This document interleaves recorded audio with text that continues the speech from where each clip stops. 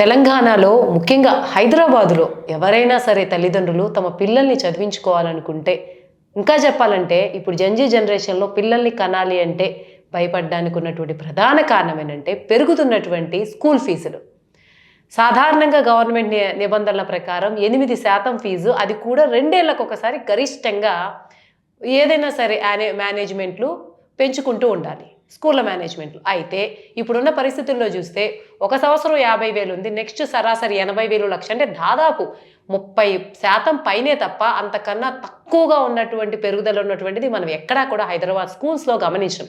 ఇంకా చెప్పాలంటే LKG, UKG, primary school ఏదైతే చదువు ఉంటుందో దానికి కూడా లక్షల్లో ఖర్చు పెట్టాల్సి రావడం అనేది ఇప్పుడు నిజంగా చాలా పెద్ద భారంగా మారింది తల్లిదండ్రులకి.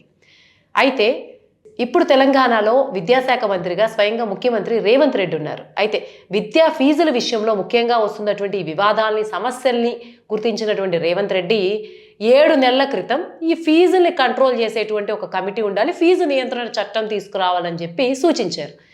దాదాపు 7 నెలలు అయిపోయింది. సో 2 రోజుల క్రితం సీఎంఓ సెక్రటరీ శ్రీధర్ ఎవరైతే విద్యాశాఖ ఉన్నతాధికారులు ఉంటారో వారితో సమీక్షా సమావేశం ఈ ఫీజు నియంత్రణ చట్టం గురించి నిర్వహించారు. దీనిలో భాగంగా ఫీజు నియంత్రణ చట్టం తీసుకొచ్చే ముందు దాని డ్రాఫ్ట్ ఏదైతే ఉంటుందో అది పబ్లిక్ డొమైన్లో పెట్టి ఇటు ఉపాధ్యాయులు, అటు తల్లిదండ్రులు, ఇంకో పక్కన ఎవరైతే సోషల్ యాక్టివిస్టులు ఉంటారో వాళ్ళు, విద్యార్థి సంఘాలు, వీళ్ళందరి సూచనలు, సలహాలు తీసుకుని ఆ తర్వాత దానికి అనుగుణంగా ఈ ఫీజు నియంత్రణ చట్టాన్ని తీసుకురావాలనేటువంటి ఒక నిర్ణయాన్ని అయితే తీసుకున్నారు.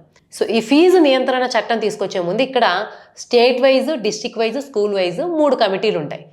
రాష్ట్ర పరంగా తీసుకుంటే రాష్ట్రంలో అయితే రిటైర్డ్ హైకోర్టు జడ్జి లేకపోతే రిటైర్డ్ చీఫ్ సెక్రటరీ వాళ్ళిద్దరి నేతృత్వంలో వీళ్ళిద్దరిలో ఎవరో ఒకరి నేతృత్వంలో ఒక పవర్ఫుల్ కమిటీ ఉంటుంది.